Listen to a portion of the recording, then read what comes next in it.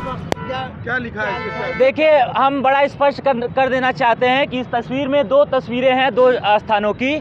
एक है संभल की हिंसा की और दूसरी तस्वीर है मीरापुर विधानसभा की, जो अभी हाल ही में उपचुनाव हो रहा है। जिस तरह भारतीय जनता पार्टी के लोगों द्वारा और बंदूक की नोक पे जनता की मतों को लूटा जा रहा है, ये लोकतांत्रिक देश में बहुत ही निंदनीय है। और दूसरी बात, जिस तरह हिंसा की आग में पूरा हिंदुस्तान जल रहा है, चाहे वो मणिपुर हो गया, चाहे झांसी हो गया, चाहे आपका संभल हो गया या फिर आपका बहराइच हो गया, सरकार बिल्कुल निरंकुश हो गई है। उनका इस देश की शासन और तंत्रों पे कोई किसी तरह का नियंत्रण नहीं है और एक वर्ग को हाशिए पे रख के लगातार उसका शोषण किया जा रहा है। इस देश के मुसलमानों को सरकार ये संकेत दे रही है, अपने शासनकाल में बताना चाहती है कि इस देश का मुसलमान इस देश का नागरिक नहीं है। मैं पूछना चाहता हूँ सरकार से, क्या इस देश के आज़ादी की लड़ाई में इस देश का मुसलमानों की क्या खून नहीं शामिल है? क्या उनकी कुर्बानियाँ नहीं है? क्या इस देश बहादुर शाह जफर ने अपनी कुर्बानी नहीं? हम ये बताना चाहते हैं। आप देख सकते हैं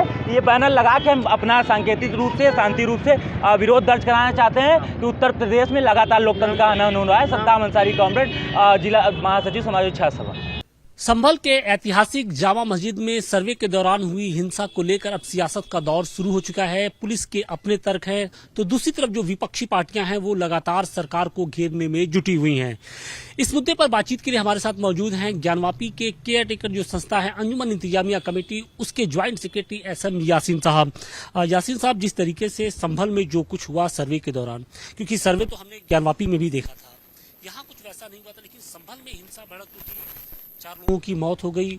इस पूरी घटना को किस तरीके से देखते हैं? आखिर वो कौन लोग जिम्मेदार थे जिनकी वजह से ये पूरी घटना हुई? एक टोला है जो मुस्तकिल पूरे मुल्क को ढकेल रहा है गर्त में, जिसके मुखिया जो हैं श्री हरिशंकर जैन और विष्णु जैन हैं। जगह जहां जहां देखिए वहां चले जा रहे हैं। बनारस में चला था, बनारस में यहाँ के अधिकारी बहुत सूझबूझ से काम ले रहे थे। बराबर मीटिंगें हम लोगों से करते थे कि देखिए आज ये सर्वे होने वाला है। हम भी अपनी बात रखते थे कि देखिए हम इस सर्वे में इसका बाइकाट करेंगे, इस तरह करेंगे, और उसके बाद फिर हम अपने लोगों को बताते थे, पूरे शहर के मुसलमानों को, कि देखिए आप लोग धर्म का परिचय दीजिए, हम लोग आगे आगे हैं और हम देख रहे हैं इसको, और शांति बनाए रखिए और यहाँ शांतिपूर्वक रहिए। संभल में जो कुछ भी हुआ बहुत दुर्भाग्यपूर्ण है। दुर्भाग्यपूर्ण इस माने में भी है कि प्रधानमंत्री नरेंद्र मोदी जी भारत को 5 ट्रिलियन इकॉनमी की ओर ले जाना चाह रहे हैं और कुछ लोग पीछे ढकेल रहे हैं। इस तरह के बखेड़ा खड़े करके जगह जगह कर मस्जिदों पे, इन पे, उन पे हम वॉल करें। भाई सवाल ये है कि चलिए कुछ जगहों पे चल रहा था शांतिपूर्वक। बनारस में 3-4 जगह मुकदमा दायर कर चुके हैं। जौनपुर वो चले गए थे। अभी संभल में जो इसका कभी नाम नहीं सुना था, जहां हमेशा शांतिपूर्ण, और उस दिन भी जब वहां के जज महोदय ने जिस प्रकार से अप्रत्याशित ढंग से सर्वे का आदेश दे दिया बिना दूसरे पक्ष को सुने, और चंद घंटों के अंदर सर्वे, पहले दिन तो सर्वे बहुत शांतिपूर्वक हुआ, लेकिन दूसरे दिन जिस तरह विष्णु जैन जी लेकर के चल रहे थे, भीड़ और उत्तेजक नारे लगा रहे थे, तो वहाँ के मुसलमानों में ये भय हुआ कि ये मस्जिद तोड़ने जा रहे हैं। उसी का परिणाम था कि ये हुआ, और आखिर ये 5-6 मौतें हो गई। इसका जिम्मेदार कौन है? मैं तो सीधे सीधे जिम्मेदार विष्णु जैन साहब को मानता हूँ। ये इसके जिम्मेदार है।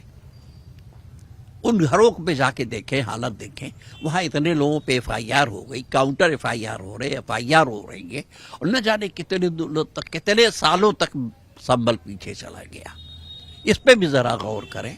हम अपने राजनीतिक दलों से कह रहे हैं जाके मरहम रखें वहाँ। जो राहुल गांधी ने जाने का ऐलान किया कि हम जाएंगे। राहुल गांधी जी खुद जा रहे हैं, ये बहुत बड़ी बात है। ये बहुत बड़ी बात है कि राहुल गांधी जी खुद जा रहे हैं, और हम इसके लिए उनके धन्यवाद भी देते हैं, मुबारकबाद भी देते हैं कि उन्होंने साहस किया संभल जाने के लिए। हो सकता है इससे माहौल सुधरे। लेकिन पुलिस का ये कहना है कि हमारी गोली से किसी की मौत नहीं हुई है। पुलिस का एक तर्क ये भी दिया जा रहा है कि वहां पर जो समाजवादी पार्टी के जो सांसद हैं जियाउर रहमान बर्क और जो लोकल जो एमएलए हैं उनके समर्थकों के बीच में ये क्लैश हुआ और उनके बीच यानी जो तुर्क और जो पठान की वहां पे लोकल लड़ाई है उसमें 5 लोगों की मौत हुई है। देखिए, ये सब कहानियां गढ़ी जाती हैं। पुलिस कभी अपने ऊपर जिम्मेदारी नहीं लेती कि हमारी गोली है। गोलियां चलाते हुए पुलिस ऑफिसर दिखाई पड़ रहे हैं ना, ऐसा तो नहीं कि नहीं दिखाई पड़ रहे हैं। गालियां देते हुए दिखाई पड़ रहे हैं कि नहीं दिखाई पड़ रहे हैं। वीडियो है सामने, और निष्पक्ष जांच करा ले, सरकार निष्पक्ष जांच करा ले हाई लेवल पे, वहां के अधिकारियों के भरोसे पे न रहे, और दूध का दूध हो जाएगा, पानी का पानी हो जाएगा। लेकिन सवाल इस बात का है कि जो ज्ञानवापी से सिलसिला शुरू हुआ मस्जिदों में एक तरीके से सर्वे का, वो लगातार जारी है और ये कहां तक थमेगा? क्या उम्मीद कर रहे हैं? क्या आप सरकार से अगर माननीय सर्वोच्च न्यायालय ने तत्काल स्वतः संज्ञान नहीं लिया प्लेसेस ऑफ वर्शिप एक्ट का, प्लेसेस ऑफ वर्शिप एक्ट पे मोहर लगा दे, सब रुक जाएगा। अगर ये रुक जाएगा तो बहुतों की दुकान बंद हो जाएगी। अभी न जाने के, अगर नहीं हुआ तो न जाने कितने संभल बनाएंगे लोग। ये जो टोला है न जाने कितने संभल बनाएंगे। देश के हालात क्या बिगड़ते जा रहे हैं, आपको लग रहा है? बिगाड़ रहे हैं। मैं कह रहा हूं, प्रधानमंत्री देश को आगे ले जाना चाह रहे हैं 5 ट्रिलियन इकोनॉमी की तरफ, और ये लोग पीछे ढकेल रहे हैं।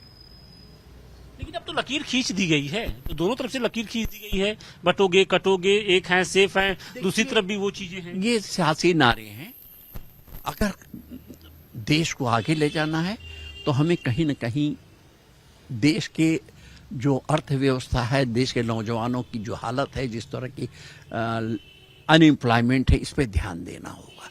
उस पे बहस करो, कटो मरोगे से कोई मतलब नहीं है। कौन काटने जा रहा, कौन मारने जा रहा, कहीं कुछ नहीं हो रहा। ये बात इसलिए उठ रही है क्योंकि आने वाले जो 6 महीने हैं, 1 साल है, बहुत इंपॉर्टेंट है, क्योंकि मुस्लिम समाज को लगता है कि उनका हक मारा जा रहा है और सरकार ये कह रही है कि नहीं, हम वक्फ बोर्ड जैसे जो कानून है उसको एक तरीके से खत्म करते हुए नए सिरे से लागू करेंगी। अगर वक्फ बोर्ड में संशोधन की बात आती है तो जाहिर सी बात है कि संभल जैसे जो और मस्जिदें हैं, जो और जो संपत्तियां हैं, उनको लेकर इस तरीके का बखेड़ा होगा।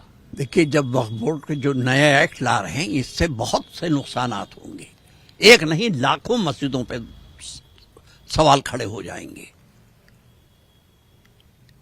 लाखों मस्जिदों पे सवाल खड़े हो जाएंगे।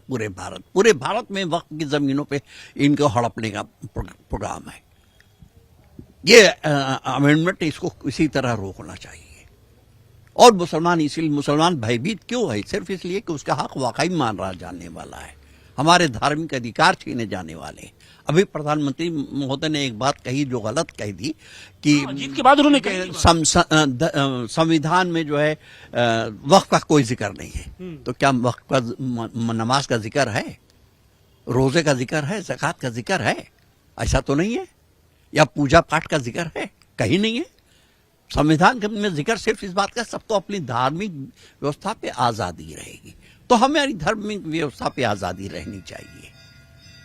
तो आपको लगता है कि अगर प्लेसेज ऑफ वर्शिप एक्ट जल्द से जल्द लागू तो है ही, उस पर अमल नहीं किया जाता है, अमल दरामद शुरू हो जाए तो ये सारे बखेड़े खत्म हो जाए, बहुतों की दुकान बंद हो जाएगी। नहीं तो फिर एक नहीं लाखों संबंध बनेंगे इस देश में। शुक्रिया बातचीत के लिए। तो ये थे अंजुमन इंतजामिया कमेटी के ज्वाइंट सेक्रेटरी एसएमसी यासीन साहब, जिनका ये साफ तौर पे कहना है कि देश के जो मौजूदा सूरत हाल है उसमें ये जरूरी हो गया है कि प्लेसेज ऑफ वर्शिप एक्ट को कड़ाई से उसका पालन करा जाए, तभी इस तरीके की जो घटनाएं हैं वो रुकेंगी।